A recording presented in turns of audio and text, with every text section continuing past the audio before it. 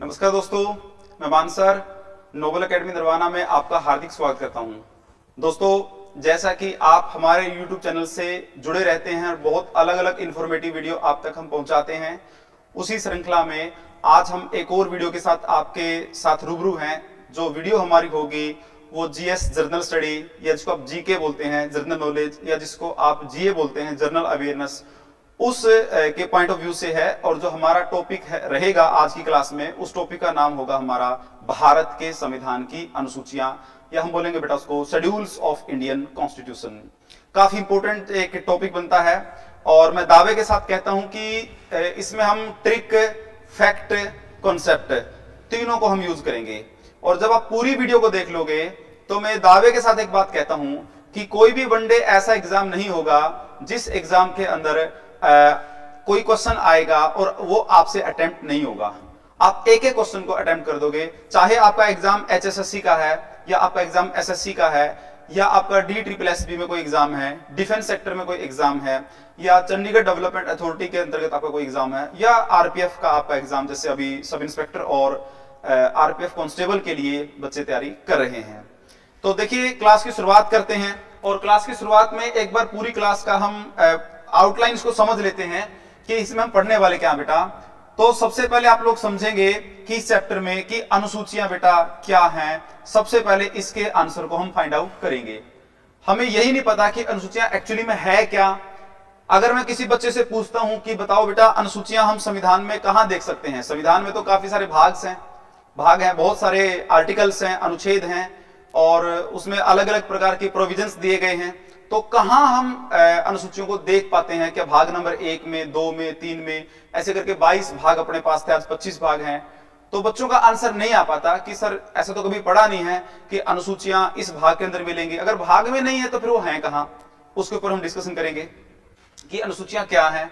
Number 2 बेटा, इसमें discussion करेंगे कि जब हमें संविधान लागू किया था तो उस समय हमारे पास कितनी अनुसूचियां थी, और आज हमारे पास 2024 है तो कितनी अनुसूचियां हो चुकी हैं। अब कॉमन सी बात है कि आज से काफी समय पहले हमने संविधान को लागू किया, और संविधान में संशोधन की भी एक प्रक्रिया है बेटा। संविधान विशेषज्ञों या संविधान निर्माताओं को पता था कि समय के साथ साथ संविधान में बदलाव की आवश्यकता पड़ेगी। अगर आवश्यकता हो, रिफॉर्म कुछ करना हो, कुछ चेंज अमेंड करना हो उसमें, तो उसके लिए भी एक अलग प्रोसीजर जो उन्होंने उसमें मेंशन किया था, जो आर्टिकल 368 का है। तो जाहिर सी बात है बेटा कि अगर अनुसूचियां पहले कम थी और आज ज्यादा हैं, तो जब ज्यादा अनुसूचियां आएंगी तो वो किसी अमेंडमेंट के तहत किसी पार्टिकुलर टाइम में आएंगी और किसी प्राइम मिनिस्टर के टाइम में आएंगी। तो उनके ऊपर डिस्कशन करेंगे हम। और तीसरा हम इस पर डिस्कस करेंगे बेटा कि इनसे हमारे एग्जाम में किस प्रकार के क्वेश्चन पूछे जा सकते हैं। सबसे पहले इन 3 चीजों के ऊपर हम डिस्कशन करेंगे, उसके बाद हम अनुसूचियों को पढ़ेंगे। तो पहले एक बार ध्यान से समझिएगा बेटा कि अनुसूचियां हैं क्या। जैसा मैंने पहले बताया कि बच्चों से पूछता हूं तो बच्चे इसका आंसर देने में डिफिकल्टी महसूस करते हैं। देखिएगा एक बार, इसको हमने मान लिया कि यह भारत का संविधान है। ये कोई बुक है और इसके ऊपर लिखा है भारत का संविधान, द कॉन्स्टिट्यूशन ऑफ इंडिया। इसको बेटा मैं थोड़ा सा कैटेगरी में डिवाइड करके मेंशन कर रहा हूं। जो भारत का संविधान था, पहले बेटा इसमें 22 भाग होते थे। आज भाग बढ़ते बढ़ते कितने हो चुके हैं? 25 भाग हो चुके हैं। पहले इसके अंदर 395 आर्टिकल्स थे। आज बेटा ये इंक्रीज होके अप्रोक्सीमेट 470 आर्टिकल हो चुके हैं। पहले बेटा इसमें अप्रोक्सीमेट 80,000 शब्द थे, जो आज 1,17,000 और अप्रोक्सीमेट 369 जो है शब्द हो चुके हैं। ये हमारा संविधान था। जैसा कि मैं बता रहा हूं कि आर्टिकल 1 से लेके और आर्टिकल 470 की बात अगर मैं करूं, भाग 1 से लेके भाग 25 तक की बात करूं, आपको पूरे संविधान में कहीं भी आप लोगों को भारत के संविधान की अनुसूचियां नहीं मिलेंगी। तो अगर वो यहां नहीं मिलेंगी तो वो कहां मिलेंगी? उसके लिए मैं एक और ड्राफ्ट यहां तैयार कर रहा हूं। ये हमारे संविधान की बुक थी। इसके साथ हमारे पास एक और इसी प्रकार का दस्तावेज है। वो दस्तावेज क्या है बेटा? इसी का नाम है भारत के संविधान की अनुसूचियां। भारत के संविधान की अनुसूचियां। जी हां, आपने बिल्कुल सही समझा बेटा। यह संविधान की मूल पुस्तक में नहीं है। ये संविधान की मूल पुस्तक के साथ एक और डॉक्यूमेंट है, एक और दस्तावेज है, एक और पुस्तक है, उसके अंदर लिखी गई हैं भारत के संविधान की अनुसूचियां। बेटा पहले अनुसूचियों की संख्या होती थी 8, आज हमारे पास बढ़ते बढ़ते अनुसूचियां कितनी हो चुकी हैं? 12।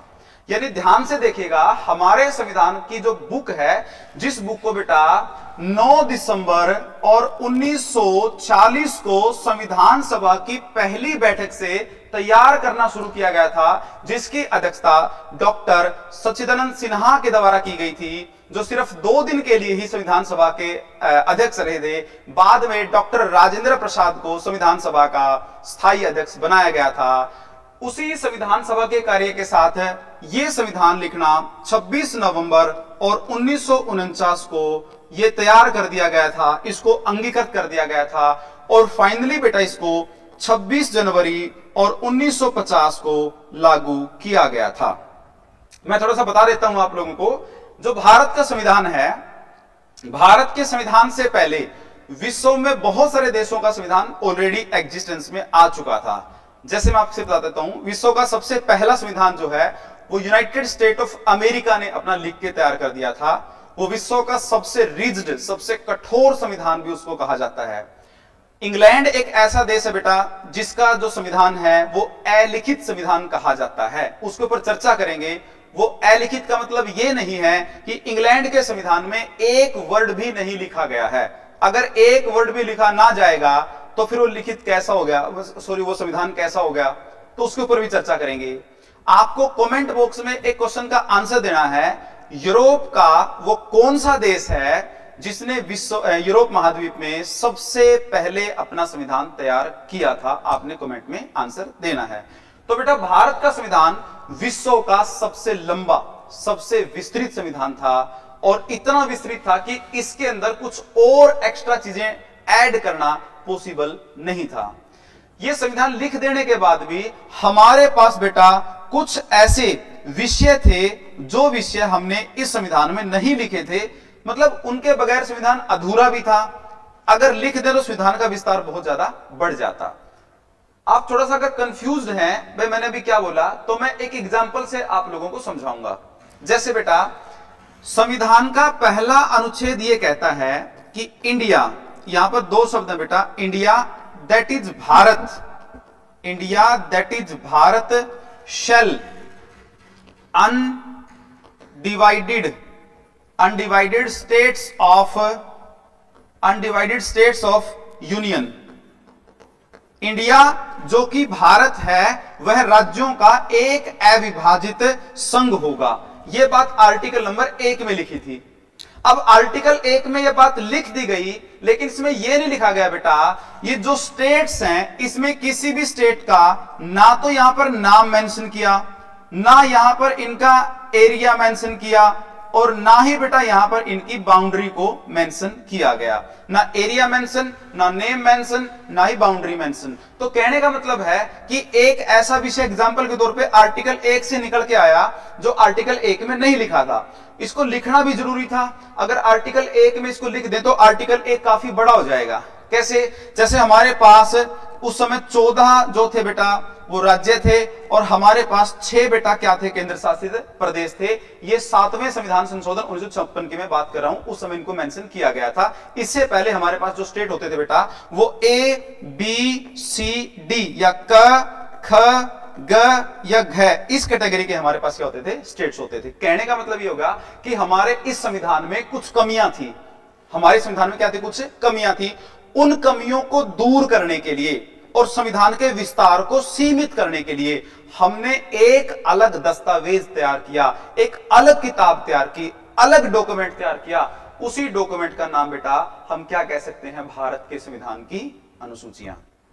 आप अब अच्छे से समझ पाए होंगे। मैं एक बार फिर रिपीट कर रहा हूं, हमारा संविधान विश्व का सबसे लंबा संविधान था जिसके अंदर 395 आर्टिकल्स थे, 22 लेसन्स थे और इसमें अप्रोक्सीमेट 80,000 वर्ड्स थे। ये इतना विस्तृत था कि इसमें बहुत सारी चीजें ऐड करना बहुत मुश्किल था, लेकिन फिर भी कुछ कमियां इसमें रह गई थी। तो इन्हीं कमियों को दूर करने के लिए हमारे संविधान की बुक के अलावा एक और बुक हमने तैयार की, एक और डॉक्यूमेंट हमने तैयार किया और वो कमियां सारी उसमें डाल दी।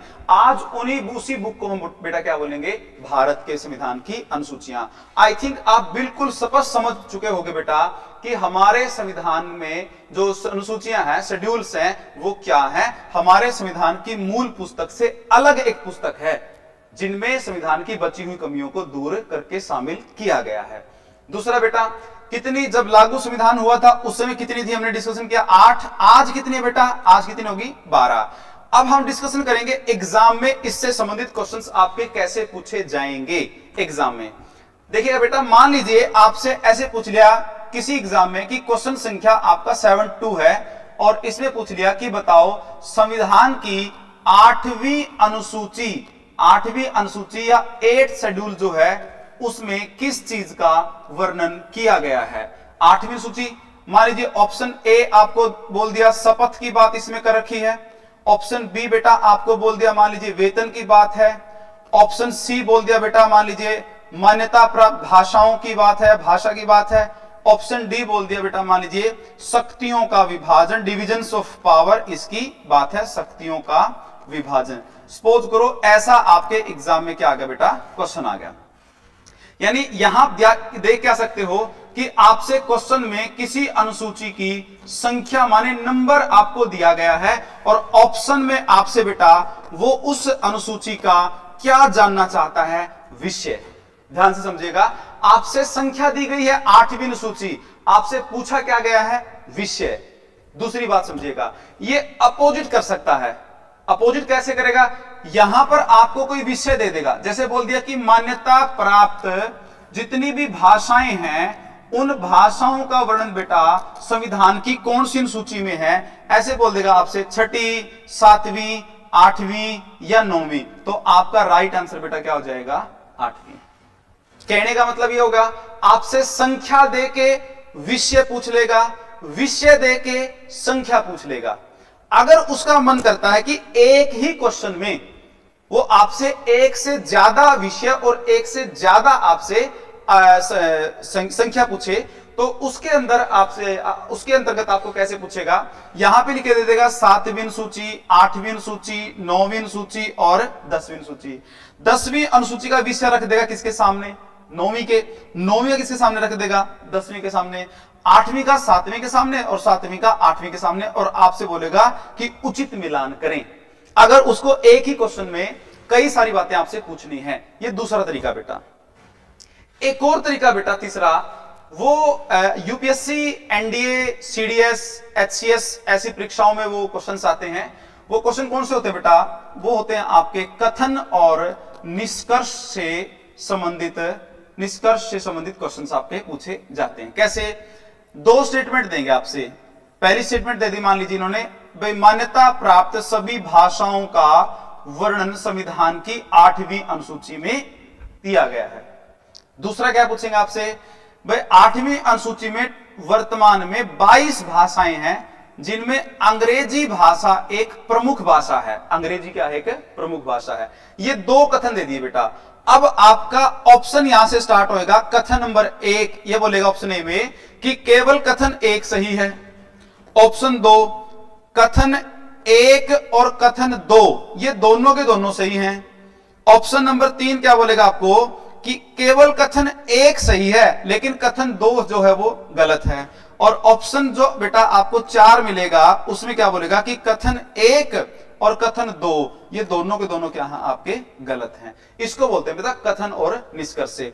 ऐसे क्वेश्चंस जो हैं खासकर उन परीक्षाओं में आते हैं जो आपकी ग्रुप बी में और ग्रुप ए की परीक्षाएं हैं, चाहे वो स्टेट पीसीएस एग्जाम है या एनडीए, सीडीएस या यूपीएससी के आपके एग्जाम हैं, चाहे वो सिविल सर्विस एग्जामिनेशन हो या असिस्टेंट कमांडेंट जैसी परीक्षाओं में क्वेश्चन आपके पूछे जाते हैं। तो क्लास के लास्ट तक बना रहेगा बेटा, एक एक क्वेश्चन आपका सोल्व होगा, चाहे उसमें आपकी कोई भी परीक्षा हो। अब फिलहाल हम अनुसूची को पढ़ने के लिए तैयार हैं और अनुसूची की हम हर प्रकार की चीज को समझ चुके हैं कि अनुसूचियां एक्चुअली में क्या हैं। हम ये समझ चुके हैं अनुसूचियां क्या है, ये समझ चुके हैं अनुसूचियां कितनी थी जब संविधान लागू हुआ, आज कितनी है, और एग्जाम में किस प्रकार के क्वेश्चन अनुसूचियों से पूछे जाते हैं, पूछे गए हैं, आगे पूछे जाएंगे। अब बेटा आपको कुछ नहीं करना है, आप सिर्फ सिंपली एक कहानी सुनिएगा। ये मेरे हिसाब से जो मेरी तैयार की गई सबसे शानदार ट्रिक में से एक है। आप सिर्फ एक बच्चे की कहानी सुनिएगा, आपको मैं सारी अनुसूचियां याद करवा दूंगा सिर्फ एक ट्रिक से। सिर्फ ध्यान से सुनिएगा बेटा, कोई मिस्टेक्स नहीं होगी उसमें आपकी किसी भी एग्जाम में। भाई मान लीजिए ये कोई एक बच्चा है, ये एक बच्चा बेटा, और इन्होंने अभी अभी अपनी क्लास जो है वो स्टार्ट की है, फर्स्ट क्लास। बेटा पहली क्लास जब इसने अपनी स्टार्ट की तो पहली क्लास में ये चला गया स्कूल में। स्कूल में जाते ही मैम ने पूछा कि कुछ आता है, तो इसने बोला जी आता है।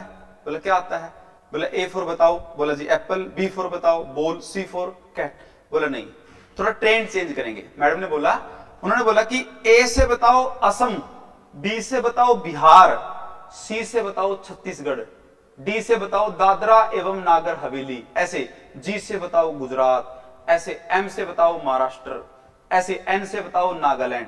यानी पहली क्लास में बेटा जितने भी अपने पास राज्य हैं या जितने भी अपने पास केंद्र शासित प्रदेश यूटी हैं, मैम ने पहली क्लास में सभी के नाम उनको याद करवा दिए। ध्यान से देखना। फिर बच्चा हो गया दूसरी क्लास में। अब दूसरी क्लास में जब बच्चा हुआ तो भाई वो सुबह स्कूल जाने से वो हिचकिचाहट करता, रोना स्टार्ट कर दे। अक्सर बच्चे ऐसा करते हैं। तो उनकी मम्मी ने पूछा बेटा क्यों नहीं जा रहा स्कूल में? तो उसने बोला कि भाई स्कूल इसलिए जा रहा हूं, मेरे को हर रोज 10 रुपए चाहिए, अगर 10 रुपए दे दोगे तो फिर ठीक है, अदरवाइज मैं नहीं जाऊंगा।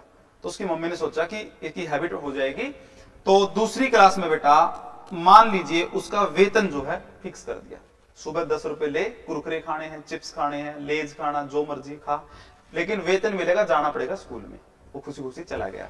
अब बेटा होगा वो तीसरी क्लास में। तीसरी क्लास में वो घर से कह के जाता कि मेरे को स्कूल जाना है, मैं स्कूल जाऊंगा, 10 रुपए दे दो, लेकिन स्कूल जाता नहीं, बंक कर देता। अक्सर बच्चे ऐसे करते हैं। एक दिन उसकी मदर ने देख लिया कि हाँ तो स्कूल गया ही नहीं। उसकी मदर ने बुलाया, बोला कि आज बंक कर दिया? उसने बोला जी हाँ बंक कर दिया। तो मेरी कसम खा, शपथ ले, आइंदा ऐसा कभी नहीं करेगा। तो तीसरी क्लास में बेटा उसने उसकी माँ की शपथ जो है, कसम जो है वो ली और बोला कि मैं आगे से कभी भी बंक नहीं करूंगा। अब बेटा ये चौथी क्लास में होगा। जब ये चौथी क्लास में हुआ तो थोड़ा शरारती टाइप का था। बेंच पे कोई बच्चा मिला, उसको पकड़ के पीट दिया। मैडम परेशान होगी, मैडम ने बुलाया, बोला बेटा इधर आ। बोला हाँ जी। बोले ये बेंच तेरा फिक्स है, कहीं दूसरी जगह नहीं जाना और ना किसी को मारना। यानी चौथी क्लास में बेटा उसकी जो है क्या फिक्स कर दी बेटा? सीट फिक्स कर दी। कौन सी क्लास में? चौथी क्लास में। ध्यान से समझते जाइएगा। अब बच्चा हो गया अपना कौन सी क्लास में बेटा? पांचवी क्लास में। पांचवी क्लास में, पांचवी क्लास में हुआ ये कि उसके कुछ बहुत बढ़िया दोस्त बने, बहुत क्लोज वाले दोस्त, जिसको हम लंगोटिया यार बोलते हैं, बचपन के दोस्त। तो वो सभी इसके जो मित्र थे वो शेड्यूल कास्ट से और शेड्यूल ट्राइब्स जो थे उससे बिलोंग करते थे। खूब इंजॉय करते थे, खूब मस्ती करते थे, बड़ा प्रेम प्यार इनके अंदर था। वो कौन सी क्लास की बात है बेटा? पांचवी।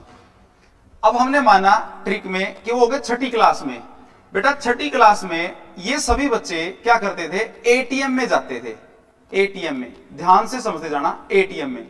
अब एटीएम का भी मतलब कुछ आगे निकलेगा, पहले सिर्फ कहानी सुनना।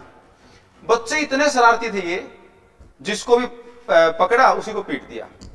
परेशान हो गए स्कूल वाले, वेब करें तो क्या करें। तो प्रिंसिपल ने, मैडम ने डिसाइड किया कि जी इनका ग्रुप बन गया, इनको डिवाइड कर दो। डिवाइड करेंगे इनकी शक्तियां बढ़ जाएगी, अलग अलग होंगे तो कैसे एक ग्रुप बनाएंगे और कैसे लड़ाई करेंगे। तो क्या कर दिया बेटा, अब ये होगा सातवीं क्लास में। ध्यान से देखना, सातवीं क्लास में बेटा इनका सेक्शन बदल दिया, सेक्शन। और जैसे ही सेक्शन बदला तो इनकी जो क्या करोगी बेटा? शक्तियां बंट गई। शक्तियां क्या होगी? बंट गई, डिवाइड होगी, शक्तियां बंट गई। सै से सातवीं याद रखना है, सै से सेक्शन याद रखना है, और सै से क्या रखना है? शक्तियां। अब बेटा ये होगा आपका आठवीं कक्षा में। पढ़ने लिखने में आपको पता ही कैसा है।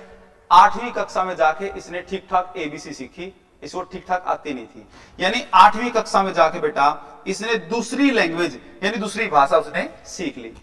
घर वाले हो गए से परेशान, भाई ये नहीं पढ़ेगा तो क्यों ना इसको खेत में ले जाया जाए। धूप में काम करेगा, सर्दी में काम करेगा, एहसास होगा कि पंखे के नीचे बैठ के और छांव में बैठ के पढ़ना इससे कहीं ज्यादा अच्छा है। तो बेटा 9वीं क्लास में उसको खेत में लेके जाते थे और पूरे दिन उससे काम करवाते थे, तो इससे हम बोलेंगे भूमि सुधार। पूरा दिन उसको खेत में काम करना होता था। अब ये 9वीं कक्षा पास कर चुका है बेटा। अब 9वीं कक्षा के बाद अब ये हो गया कौन सी कक्षा में? 10वीं कक्षा में। और 10वीं कक्षा भी इसने किसी से पेपर दिलवा के ऐसे पास कर ली। ऐसा करना नहीं किसी ने, अक्सर करते हैं बच्चे ऐसे। तो 10वीं कक्षा के बाद बेटा इसके पास ऑप्शन था। क्या ऑप्शन था इसके पास? दल बदलने का, या तो आर्ट का दल, या फिर कॉमर्स, या फिर साइंस का। इसने बोला आर्ट जिंदाबाद, कहीं नहीं जाएंगे, कहां रहेंगे? आर्ट में रहेंगे। तो 10वीं कक्षा में बेटा इसने अपना क्या बदल लिया? दल बदल लिया। इसके कुछ दोस्त जो हैं वो दूसरी स्ट्रीम में चले गए।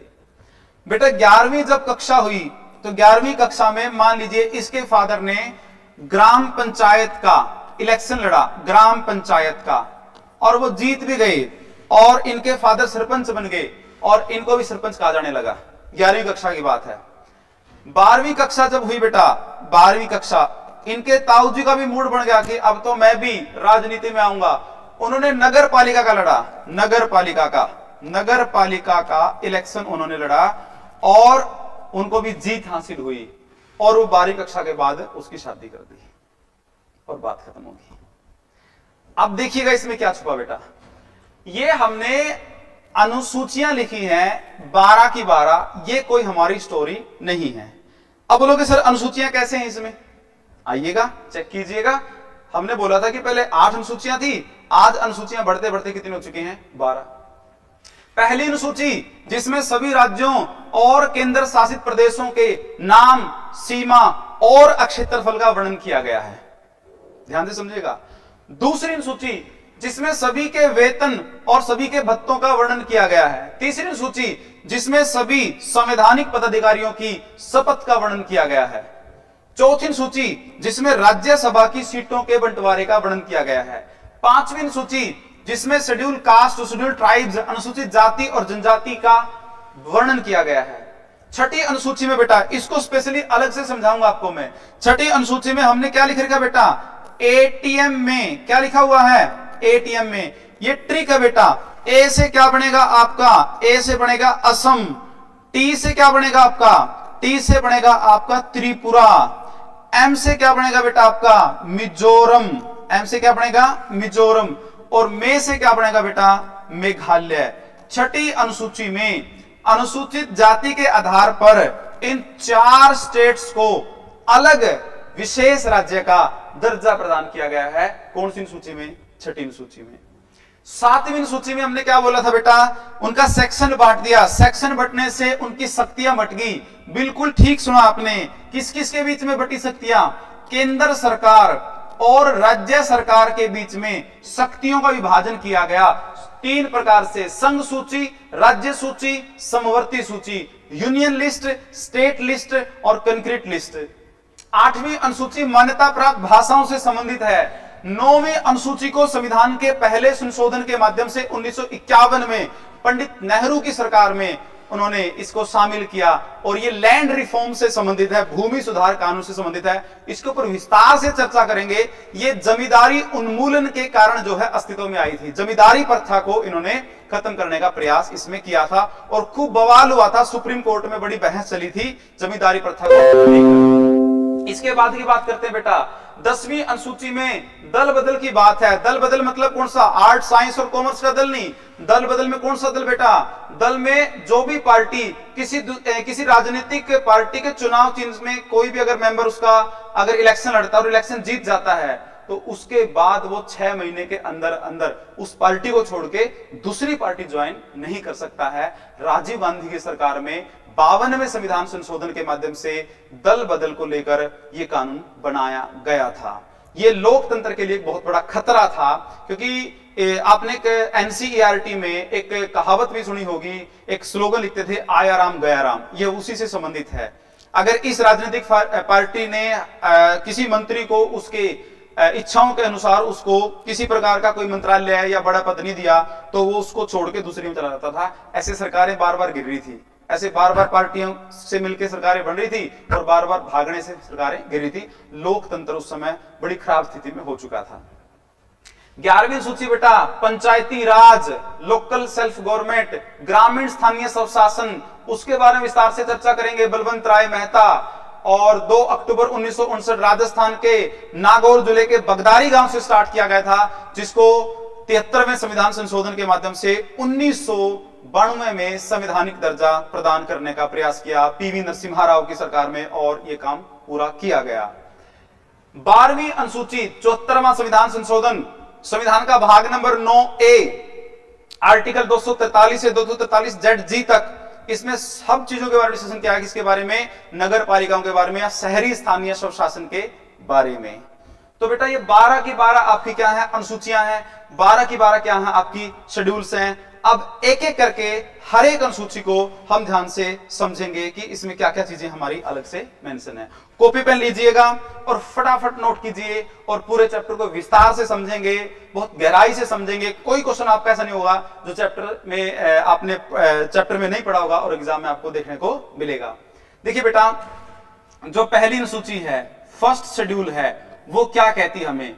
पहली अनुसूची हमें कहती है कि भारत के वर्तमान के जो 28 राज्य हैं और हमारे पास जो अभी वर्तमान में 8 केंद्र शासित प्रदेश हैं, इन सभी की सीमाओं का और इन सभी के नामों का और इन सभी के क्षेत्रफल का जो वर्णन है वो हमें कहां मिलेगा बेटा? संविधान की पहली अनुसूची में मिलेगा।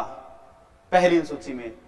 एक बात यहां समझिएगा कि हम किसी जगह को केंद्र शासित प्रदेश क्यों डिक्लेयर करते हैं, क्या रीजन होता है कि केंद्र शासित प्रदेश डिक्लेयर करें।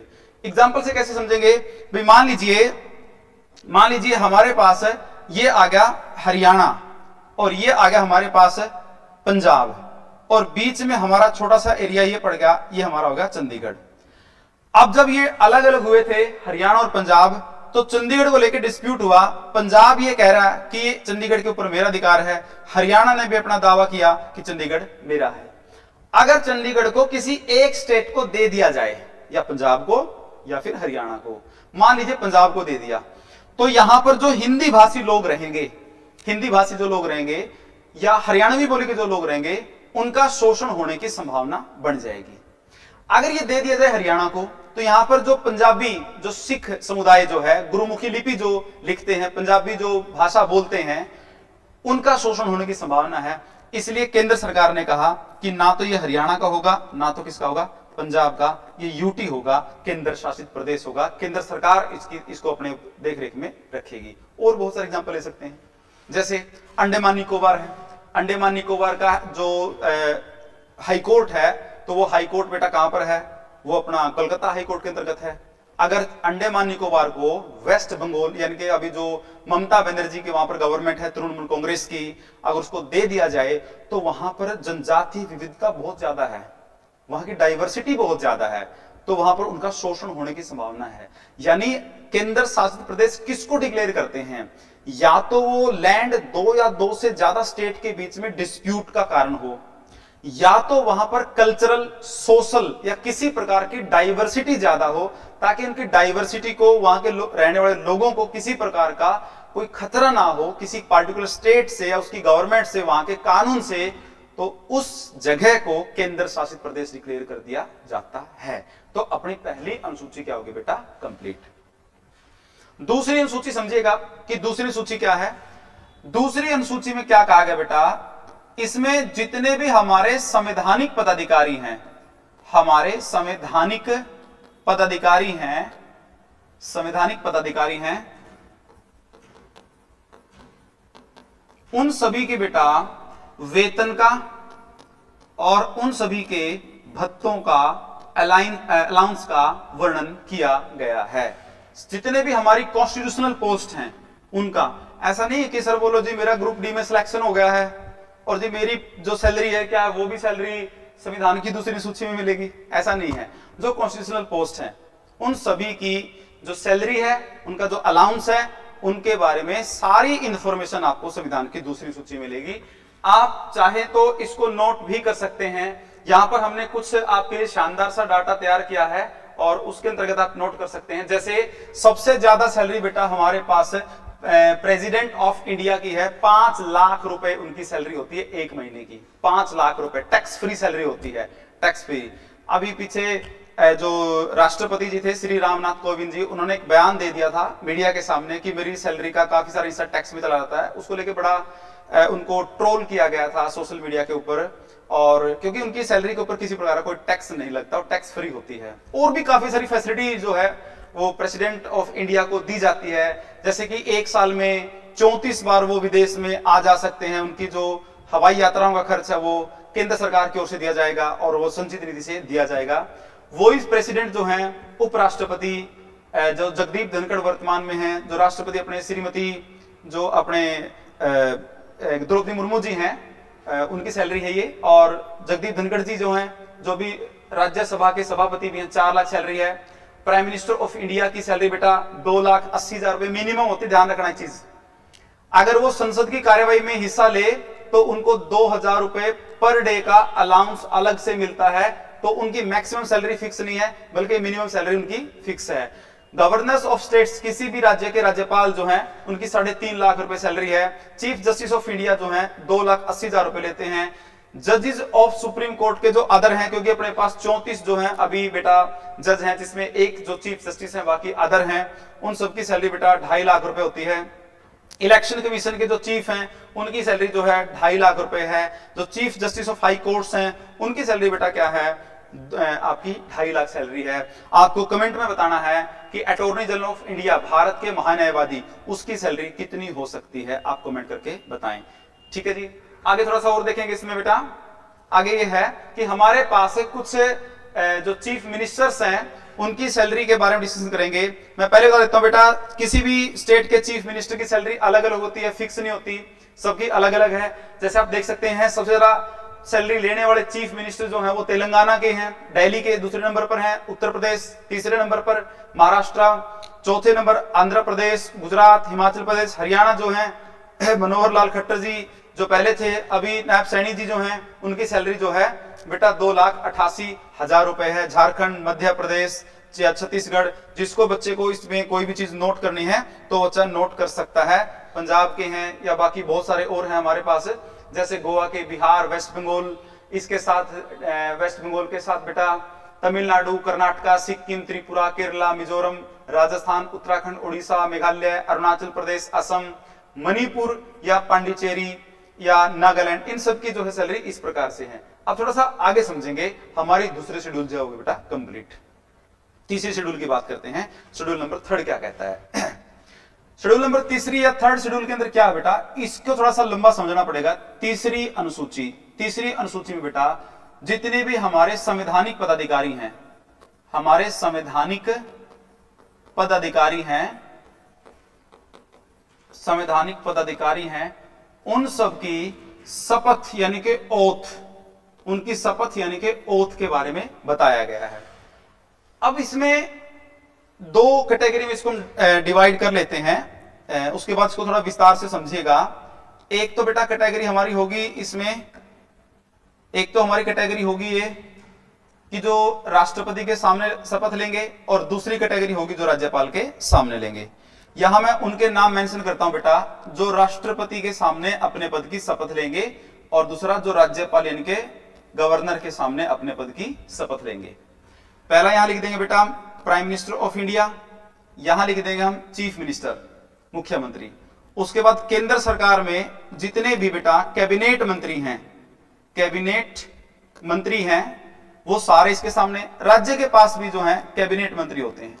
ये कैबिनेट मंत्री कौन से होते हैं एक बार समझ लो।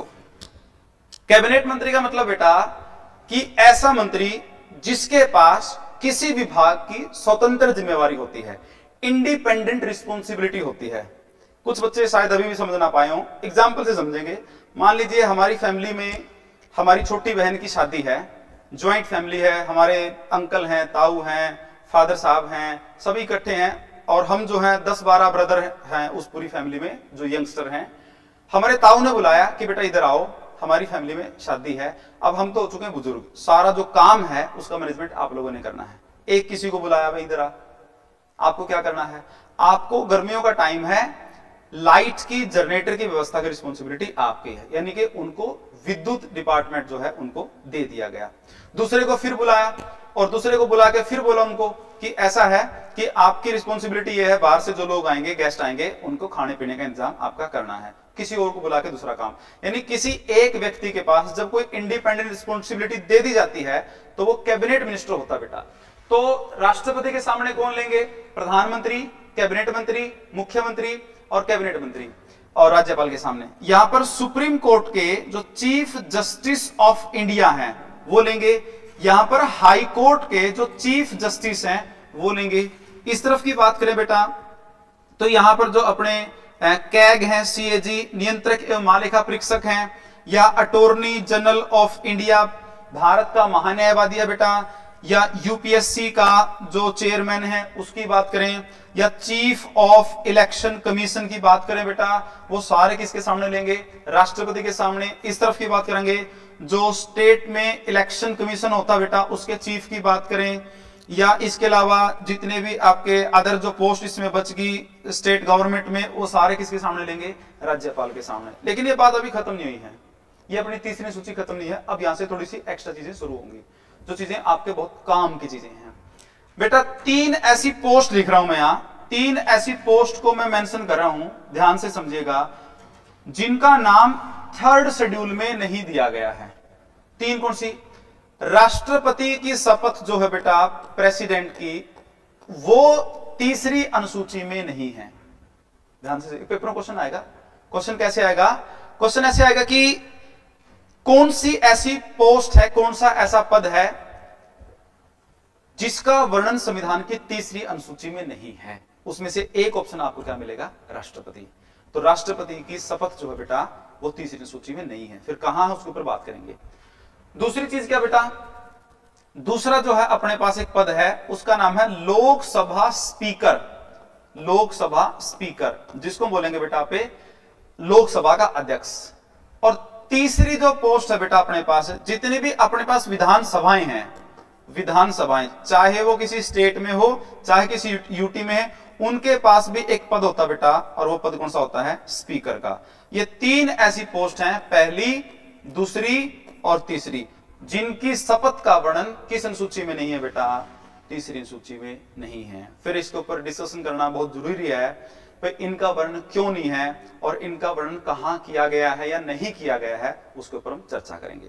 देखिएगा एक बार ध्यान से, एक आर्टिकल 60 है संविधान का बेटा, भाग नंबर 5 है, एक संविधान का भाग नंबर 5 है, और भाग नंबर 5 में बेटा आर्टिकल नंबर क्या है आपका? 60 है। ये राष्ट्रपति से संबंधित है, और राष्ट्रपति की शपथ का वर्णन अलग से तीसरी अनुसूची से अलग आर्टिकल नंबर किसमें बेटा? 60 में है।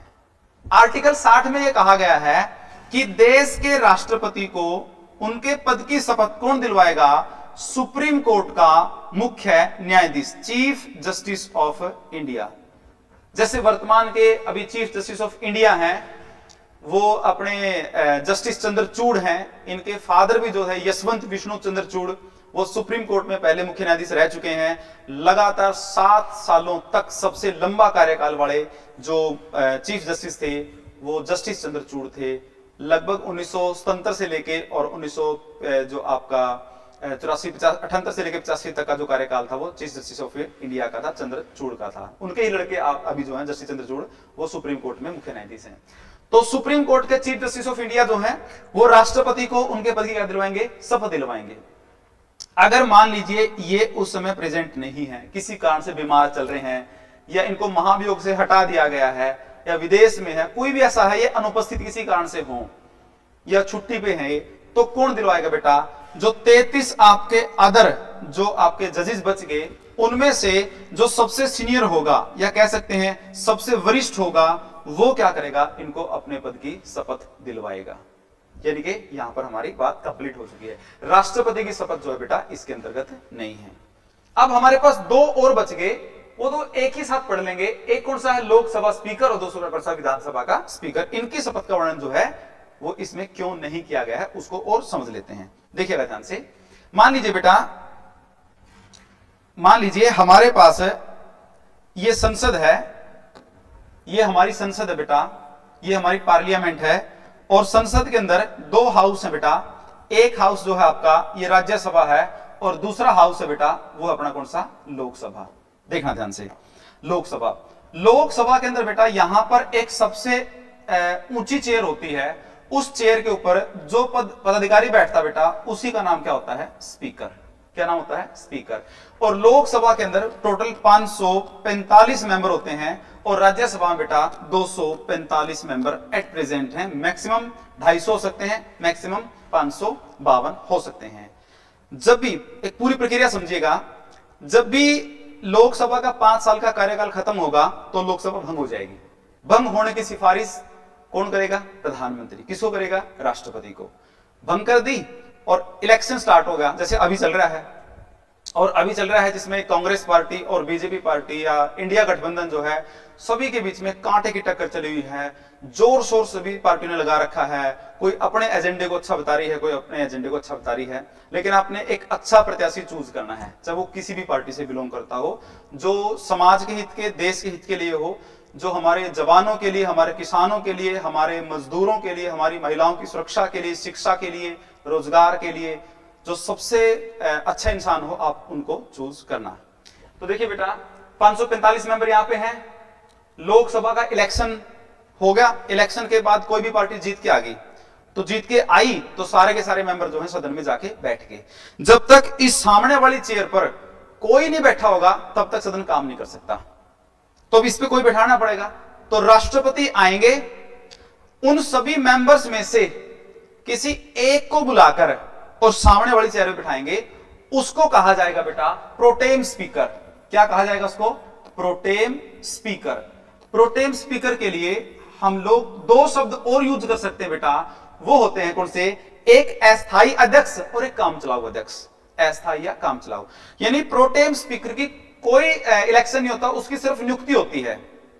और दूसरी बात है, ये परमानेंट नहीं है, ये राष्ट्रपति के द्वारा नियुक्त है। फिर राष्ट्रपति फिर आएगा और राष्ट्रपति बोलेगा कि जो भी पार्टियां हैं वो अपने अपने कैंडिडेट्स का नाम जो है वो मेरे को दे दो, मैं इस डेट के ऊपर क्या है इलेक्शन करवाऊंगा। हरियाणा में एक शायद हरियाणा पुलिस कांस्टेबल में परीक्षा में क्वेश्चन आया हुआ था कि लोकसभा स्पीकर के चुनाव की तारीख कौन निर्धारित करता है। तो बेटा कौन निर्धारित करेगा, ये इलेक्शन कमीशन नहीं करेगा, ये देश का राष्ट्रपति करेगा। तो पार्टी ने नाम दे दिया, अब बिल्कुल सामान्य सी बात है, कैंडिडेट वही जीतेगा जिसके पास मेजोरिटी है, जिसके पास बहुमत है, जिसने सरकार बनाई है, वो आ गए यहां पर। ये प्रोटेम स्पीकर का काम क्या बेटा, यहां पे प्रोटेम स्पीकर सबसे पहले चेयर पे बैठते ही सबको शपथ दिलवाएगा, जो भी नए मेंबर ऑफ पार्लियामेंट जो लोकसभा में आए हैं। यानी स्पीकर ने, प्रोटेम स्पीकर ने सबको शपथ दिलवा दी। और जब नया स्पीकर चुन के आया तो प्रोटेम स्पीकर अपनी बात खत्म करके वापस जाके बैठ गया।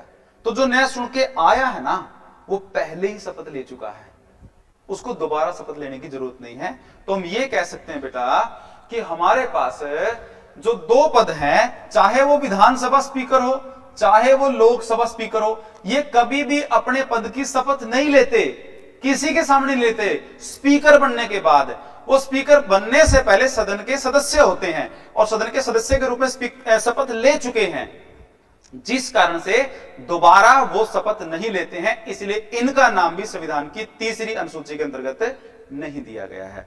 तो आपको शायद सब कुछ क्लियर हो गया होगा कि इसमें 3 ऐसे पद हैं, देश के राष्ट्रपति, लोकसभा स्पीकर और राज्यों या केंद्र प्रदेशों की विधानसभाओं के स्पीकर। इनकी शपथ संविधान की 3री सूची में नहीं है। अब बेटा चौथी सूची की बात करते हैं। चौथी सूची में देखिएगा क्या कहता है, ये जो बेटा चौथी सूची है, चौथी, इसमें क्या है बेटा, राज्यसभा की सीटें, राज्यसभा की सीटों के आवंटन, सीटों के आवंटन का वर्णन किया गया है। आवंटन मतलब बेटा बंटवारा। The distribution of the seats of upper house of parliament is mention in the 4th schedule. चौथी अनुसूची में इसको मेंशन किया गया है। अब देखिएगा राज्यसभा के बारे में 2-4 बातें समझ लेते हैं। नंबर 1, राज्यसभा संसद का प्रथम सदन है, जिसका वर्णन संविधान के आर्टिकल 80 में किया गया है। यह उसी प्रकार का सदन है जो इंग्लैंड के अंदर हाउस ऑफ लॉर्ड्स है, या यूएसए के अंदर जो सीनेट है उसके बराबर का है। ये एक परमानेंट हाउस है, कभी भंग ना होने वाला सदन है, इसलिए इसको स्थायी सदन भी कहते हैं। इसके अंदर राज्यों का प्रतिनिधि करने वाले लोग बैठते हैं, इसलिए ये राज्यों का प्रतिनिधि करने वाला सदन है। और आगे इसके ऊपर बाद में चर्चा करेंगे कि लोकसभा और इसकी शक्तियों में कुछ गैप है। अगर आप अपनी तैयारी को अच्छा दुरुस्त मानते हैं कि भाई मेरी तैयारी बहुत अच्छी है, तो आप मेरे को मेंशन करना कमेंट में कि कोई दो ताकतें ऐसी हैं जो राज्यसभा के पास हैं लेकिन लोकसभा के पास नहीं है। आप चाहें उन दो शक्तियों का आर्टिकल मेंशन कर सकते हैं, या आप चाहें उन दोनों शक्तियों के बारे में विस्तार से कमेंट में आप बता सकते हैं कि जो दो ताकतें संविधान ने राज्यसभा को ज्यादा दी हैं, लोकसभा को नहीं दी हैं। तो बेटा इसकी एक और चीज मैं आपको दिखा देता हूं कि हमारे पास कुछ चीजें हैं जो आपके काम की है।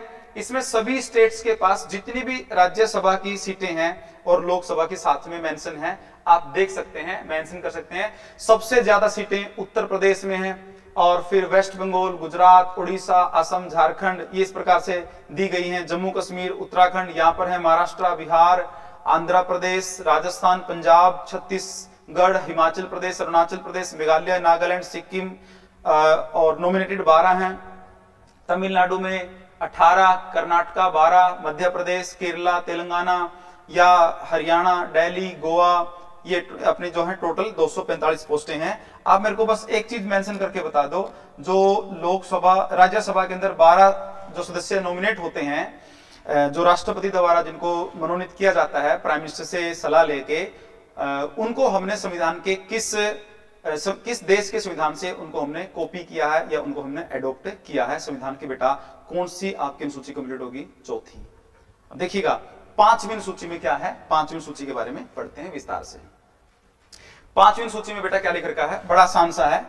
5वीं अनुसूची, 5वीं अनुसूची, इसमें बेटा अनुसूचित जाति शेड्यूल्ड कास्ट और अनुसूचित जनजाति शेड्यूल्ड ट्राइब्स, इनका वर्णन किया गया है। अनुसूचित जाति और अनुसूचित जनजाति दोनों में फर्क क्या है उसको समझेंगे। जैसे हम गांव में देखते हैं, गांव के अंदर बेटा ये मान लीजिए हमारा पूरा गांव है, ये हमारा गांव होगा। गांव के बाहर के क्षेत्रों में अक्सर अनुसूचित जाति के लोगों के जो है वो घर देखने को मिलते हैं। उसके पीछे का कारण क्या है? हमारे समाज में बहुत सारी कुरीतियां थी, बहुत सारी बुराइयां थी। अनुसूचित जाति के जितने भी लोग हैं उनको कभी अछूत या इस प्रकार के शब्दों के साथ उनको संबोधित किया जाता था, और उनको गांव से बाहर रहने की परमिशन दी गई थी। गांव के अंदर वो नहीं रह सकते थे। लेकिन बाद में जब इंफ्रास्ट्रक्चर आया, रोड बनना स्टार्ट हुए, तो उनके आसपास से ही हुए। बेटा जनजाति और जाति में फर्क ये है, जो समाज की मुख्य धारा के साथ मिलकर रह रही है, जो समाज की मुख्य धारा के साथ मिलकर रह रही है, आर्थिक, सामाजिक, राजनीतिक, शैक्षणिक तौर पर पिछड़ी हुई है। दोबारा सुना, आर्थिक, सामाजिक, राजनीतिक और शैक्षणिक तौर पर पिछड़ी हुई है, वो बेटा क्या है? आपकी अनुसूचित जातियां। जो समाज की मुख्य धारा से दूर, जैसे आप कुछ आदिवासी समुदाय समझते होंगे, भील है, थारू है, गोंड है, मुंडा है, बहुत सारे ऐसे हैं, खूब सारे ऐसे हैं जो समाज की मुख्य धारा से अलग, उनसे कटकर वो अपने तरीके से जीवन जीने में व्यस्त हैं। वो भी आर्थिक, सामाजिक, राजनीतिक और शैक्षणिक तौर पर पिछड़े हुए हैं। वो सारे के सारे क्या है बेटा? आपके शेड्यूल्ड ट्राइब्स हैं, शेड्यूल्ड आपकी अनुसूचित जनजातियां हैं। समझ रहे बात? जो मुख्य धारा में है लेकिन हर प्रकार से पिछड़े हुए हैं, वो शेड्यूल कास्ट है। मुख्य धारा से अलग अपना ट्रेडिशनल जो लाइफ स्टाइल में वो आप जी रहे हैं, वो क्या होंगे? आपके शेड्यूल्ड आपकी ट्राइब्स होगी। तो बेटा आपकी कौन सी होगी? 5वीं अनुसूची क्या होगी? कंप्लीट। 6ठी अनुसूची क्या कहती है बेटा? 6ठी अनुसूची में देखिएगा ध्यान से, मैंने बताया था पहले भी आपको, जो 6ठी अनुसूची है, उस 6ठी अनुसूची की खास बात क्या है? इसमें सिर्फ 4 स्टेट्स को विशेष छूट दी गई है। 4, सिर्फ 4 को। कौन से मैंने बताया था बेटा? ATM में इसकी ट्रिक बनाई थी। इसमें सिर्फ 4 का ही नाम है। ए से बनेगा बेटा असम, टी से बनेगा बेटा कौन सा? अपना त्रिपुरा, एम से बनेगा बेटा अपना कौन सा? मिजोरम, और मे से क्या बनेगा बेटा? अपना मेघालय। इन 4 राज्यों का नाम विशेष राज्य के दर्जे के साथ कौन सी अनुसूची में दिया गया बेटा? 6ठी अनुसूची में दिया गया है। सातवीं अनुसूची देखिएगा, थोड़ी सी लंबी है ये। सातवीं अनुसूची, सातवीं अनुसूची की विषय वस्तु क्या है बेटा? शक्तियों का विभाजन, शक्तियों का विभाजन, डिविजन्स ऑफ पावर, शक्तियों का विभाजन, डिविजन्स ऑफ पावर। शक्तियों का विभाजन किसमें और क्यों शक्तियों का विभाजन? हमारे देश में बेटा संघीय ढांचा है। हमारे देश के अंदर कौन सा ढांचा है? संघीय, जिसको हम फेडरल सिस्टम बोलेंगे। फेडरल सिस्टम का मतलब है एक गवर्नमेंट हमारे पास सेंटर में होगी, एक गवर्नमेंट हमारे पास स्टेट में होगी। अब ये जरूरी नहीं कि जिस पार्टी की गवर्नमेंट सेंटर में है उसी पार्टी की गवर्नमेंट स्टेट में भी हो। जैसे अभी की बात करें, दिल्ली में गवर्नमेंट बीजेपी की नहीं है, पंजाब में भी नहीं है, हिमाचल प्रदेश में भी नहीं है, तेलंगाना में भी नहीं है, केरला में भी नहीं है, तमिलनाडु में भी नहीं है, वेस्ट बंगाल में भी नहीं है। तो अलग अलग पार्टी की अलग अलग विचारधारा होती है। तो केंद्र और राज्यों के बीच में डिस्प्यूट होने की संभावना ज्यादा है, विवाद होने की। ताकि दोनों में डिस्प्यूट ना हो, इसलिए क्या कर दिया संविधान सभा ने, इन दोनों के क्या कर दिए? काम बांट दिए। और काम बांटे बेटा कौन सी सूची में? सातवीं सूची में। कैसे बटेगा बेटा काम? देखो ध्यान से, इनकी शक्तियों का विभाजन तीन कैटेगरी में किया गया, ध्यान से लिखते जाइएगा। पहली बेटा कौन सी होगी आपकी? संघ सूची। संघ सूची के लिए अंग्रेजी का शब्द है यूनियन लिस्ट, जिसमें बेटा पहले 97 कार्य होते थे, विषय थे, अब जो है पूरे 100 हो चुके हैं। दूसरी बेटा कौन सी आपकी? राज्य सूची। इसमें पहले बेटा राज्य सूची की बात करें तो पहले 66 होते थे विषय, आज घट के कितने हो गए? 61। और तीसरी बेटा समवर्ती सूची। समवर्ती सूची, कंक्रीट लिस्ट बोलेंगे इंग्लिश में इसको। पहले 47 थे बेटा, आज जो है विषय 52 हो चुके हैं। यानी इनमें विषय घटते और बढ़ते रहते हैं। विषयों को घटाने और बढ़ाने की जो ताकत है वो पार्लियामेंट ऑफ इंडिया के पास है। अब इसको ध्यान से समझिएगा। अपने पास एक शेड्यूल है, देखना कि हमारे पास 3 डायग्राम्स हमने इसमें तैयार किए हैं, और तीनों डायग्राम कौन से आपके? यूनियन लिस्ट में क्या क्या काम आ सकते हैं, कुछ एग्जांपल्स हैं, कंप्लीट नहीं है, कुछ हैं। जैसे डिफेंस, रक्षा की जिम्मेवारी केंद्र सरकार की है। जैसे एटॉमिक एनर्जी, यानी कि जो परमाणु ऊर्जा है, उसकी जिम्मेवारी किसकी है? केंद्र सरकार। राज्य के इसके ऊपर कोई अधिकार नहीं होगा। फॉरेन अफेयर्स, विदेश के जो अपने संबंध हैं वो केंद्र सरकार डिसाइड करेगी, कोई राज्य नहीं करेगा। पंजाब अगर बात करना चाहे किसी दूसरे देश से, वेस्ट बंगाल करना चाहे किसी दूसरे देश से, या तेलंगाना महाराष्ट्र करना चाहे, उनके पास ऐसा कोई नहीं। विदेश विभाग की जो जिम्मेवारी है, विदेश में जो रिश्ते हमारे कैसे होंगे, उसकी जो विदेश नीति है वो केंद्र सरकार तैयार करेगी। ऐसे बेटा वॉर एंड पीस की बात है, बैंकिंग की बात है, या बैंकिंग के साथ साथ बेटा पोस्ट एंड टेलीग्राफ की बात है, एयरवेज पोर्ट्स की बात है, या करेंसी और कॉइनेज की बात है। ये सारे के सारे केंद्र सरकार के विषय हैं। स्टेट में एग्रीकल्चर है बेटा, लाइव स्टॉक, एनिमल हस्बेंड्री है, पुलिस है, जेल है, लोकल गवर्नमेंट है, स्टेट पुलिस सर्विसेज है, पब्लिक की हेल्थ की बात है, ट्रेड एंड कॉमर्स की बात है, लैंड लिक्विड की बात है। ये सारे के सारे किसके पास हैं? स्टेट गवर्नमेंट के पास हैं। या कंक्रीट लिस्ट के अंदर बेटा क्या है? एजुकेशन की बात है, या transfer of the property and other agriculture land की बात है, जंगलों की बात है, फॉरेस्ट की बात है, ट्रेड यूनियंस की बात है, या अडल्ट्रेशन की बात है, एडॉप्टेशन और सक्सेशन की बात है। ये सारे ऐसे विषय हैं जिनके ऊपर सिर्फ केंद्र सरकार ही नहीं, राज्य सरकार भी दोनों मिलकर काम करेंगी। अगर किसी मुद्दे पर केंद्र सरकार और राज्य सरकार के बीच में डिस्प्यूट होता है तो उस डिस्प्यूट को खत्म करने के लिए केंद्र के द्वारा बनाया गया कानून जो है बेटा वो प्रभावी रहेगा। हमने अब तक 7वीं अनुसूची को पढ़ दिया है। आपको मेरी ये वीडियो कैसी लगी बेटा? प्लीज आप कमेंट बॉक्स में कमेंट करके जरूर बताइएगा, और अच्छे प्रयास करेंगे हम। इसी का जो एक सेकंड पार्ट और आएगा जिसमें हम 8वीं, 9वीं, 10वीं, 11वीं और 12वीं सूची को बिल्कुल विस्तार से पढ़ेंगे। ये क्लास काफी लंबी हो जाएगी, इसलिए इसका एक पार्ट और हम तैयार करेंगे। तो तब तक अपनी तैयारी को जारी रखिएगा बेटा। दूसरा, अब हम एक और सीरीज YouTube के ऊपर स्टार्ट करेंगे जिसमें काफी बच्चों के क्वेश्चंस रहते हैं कि सर +2 हो चुकी है, BA हो चुकी है, ये नहीं पता तैयारी किसकी करें। SSC में कौन से फॉर्म आते हैं, साल में 1 बार आते हैं, 2 साल में 1 बार आते हैं, साल में 2 बार आते हैं, नहीं पता सर उसमें जॉब लोकेशन क्या होती है, सिलेबस क्या होता है, एग्जाम पैटर्न क्या होता है। हर प्रकार की जॉब से रिलेटेड इंफॉर्मेशन भी बेटा आप तक पहुंचाएंगे। आप किसी प्रकार की जानकारी के लिए नोबल एकेडमी नरवाना पे आके विजिट कर सकते हो, या हमसे पर्सनली भी कांटेक्ट कर सकते हो बेटा। आप मिलते हैं एक और नई वीडियो के साथ। इस वीडियो के अंतर्गत पूरा चैप्टर आपका कंप्लीट किया जाएगा। तब तक अपने आप की सुरक्षित रखिएगा और तैयारी को जारी रखिएगा, मोटिवेट रहिएगा, अपने अंदर के जुनून को इसी प्रकार बरकरार रखिएगा, गलत संगत से बचिएगा बेटा। माता पिता के मान सम्मान को कभी आपके अनुसार आपके किसी गलत कार्य से ठेस ना पहुंचे, ऐसा कार्य कीजिएगा। तो धन्यवाद, आप बहुत प्यार दे रहे हैं, इस वीडियो को आगे शेयर करना बेटा। जय हिंद, जय भारत, वंदे मातरम, जय जवान, जय किसान, जय विज्ञान। धन्यवाद।